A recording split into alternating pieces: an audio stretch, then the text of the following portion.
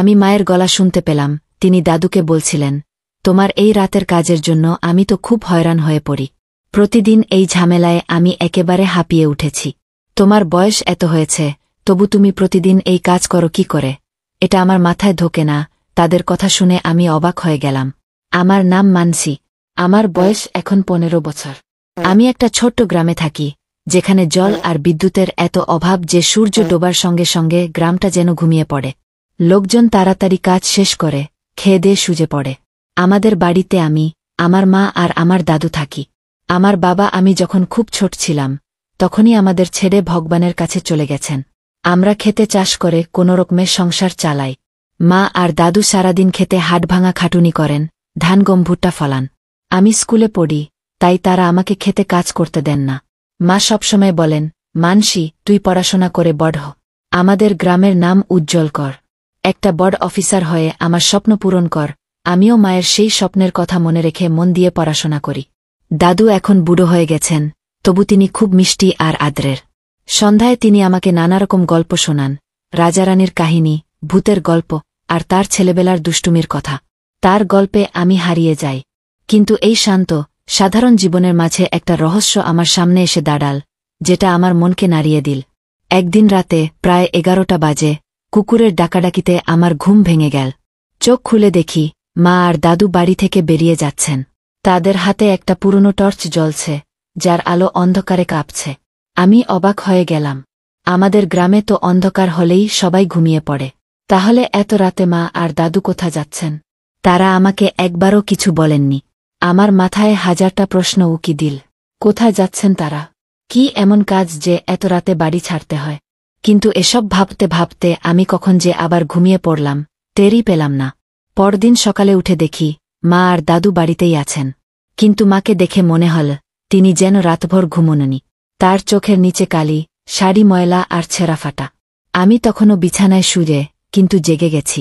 মা জানতেন না আমি জাগছি। হঠাৎ শুনলাম মা দাদুকে বলছেন, তোমার এই রাতের কাজে আমি একেবারে হয়রান হয়ে গেছি। প্রতিদিন এই ঝক্কিতে আমি হাঁপিয়ে উঠেছি। তোমার বয়স এত হয়েছে, তবু তুমি রোজ এই কাজ করো কি করে? আমার মাথায় ঢোকে না। আমার খারাপ দিনেও তুমি আমাকে একটু বিশ্রাম করতে দাও না।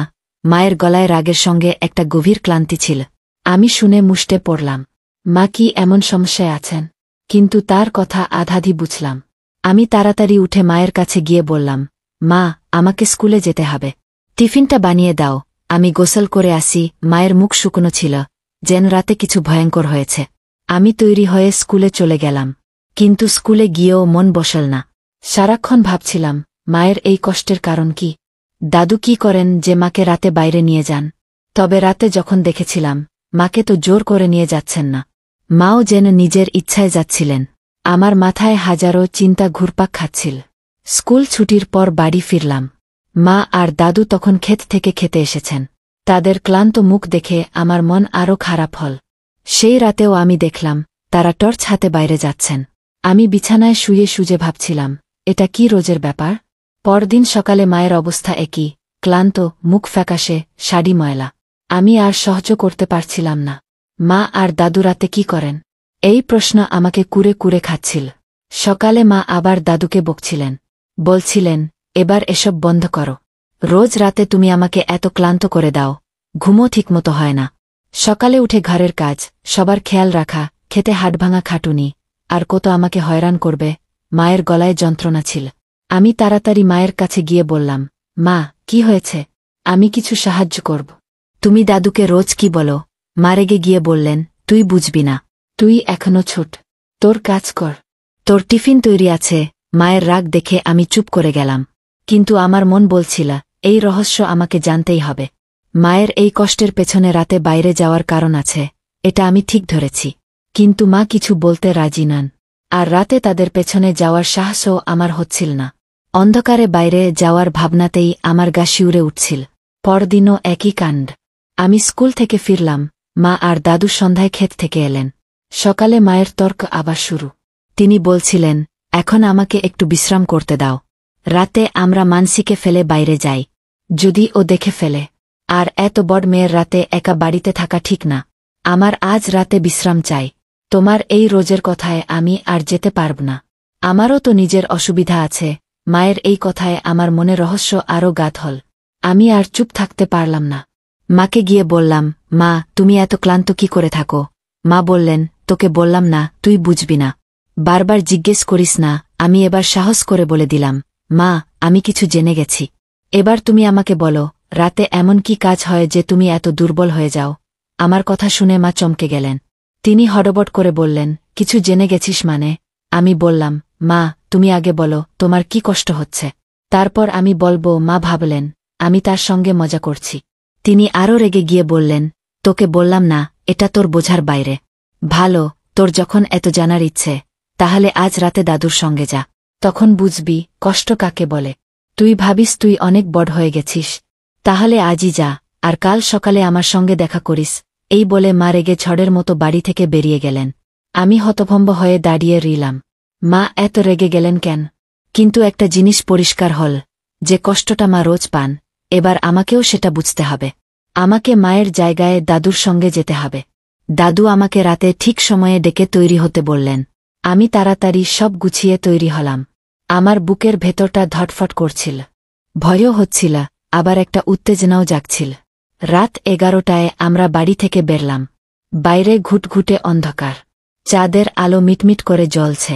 দাদু আমার হাত ধরে বললেন, আমার পিছনে পিছনে চল। পায়ের কোনো আওয়াজ করিস না। আমি বললাম, কিন্তু দাদু, আওয়াজ না করার মানে কি? দাদু কঠিন গলায় বললেন, যা বলছি তাই কর। দাদুর এমন রূপ আমি আগে কখনো দেখিনি। আমার গা শিরশির করে উঠল। আমরা হাঁটতে হাঁটতে আমাদের ক্ষেতে পৌঁছে গেলাম। বাড়ি থেকে ক্ষেতটা একটু দূরে, কিন্তু চেনা পথ।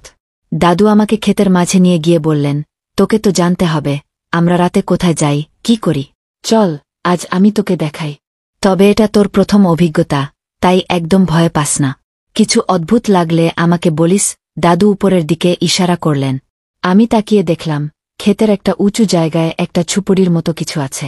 সেখানে যাওয়ার জন্য একটা বাঁশের সিঁড়ি লাগানো। দাদু বললেন, চল, সিঁড়ি বেয়ে উঠতে শুরু কর। আমি সিঁড়ি ধরে উঠতে লাগলাম, আর দাদু আমার পিছনে। সিঁড়িটা পুরনো, পা দেওয়ার সঙ্গে সঙ্গে ক্যাচক্যাচ শব্দ হচ্ছিল। আমার মন বলছিল, এখানে কি এমন রহস্য লুকিয়ে আছে। কিছুক্ষণের মধ্যে আমরা উপরে পৌঁছে গেলাম। সেখানে একটা জলের ঘাট, একটা মাটির মেঝে আর বসার জন্য একটা পাটি ছিল। দাদু বললেন, এই টর্চটা ধর, আর আমি যা বলবো তাই করবি। তিনি আমাকে টর্চ দিয়ে ক্ষেতের চারপাশে তাকাতে লাগলেন। আমি কিছুই বুঝতে পারছিলাম না। এত রাতে ক্ষেতের মাঝে এসে কি করছি আমরা? আমি দাদুকে কিছু জিজ্ঞেস করতে যাচ্ছিলাম, তখনই তিনি বললেন, একদম আওয়াজ করবি না। আমরা যে কাজে এসেছি সেটা বিনা আওয়াজে করতে হবে, নিলে সব নষ্ট হয়ে যাবে। দাদু আমাকে তার দিকে পিঠ করে বসতে বললেন।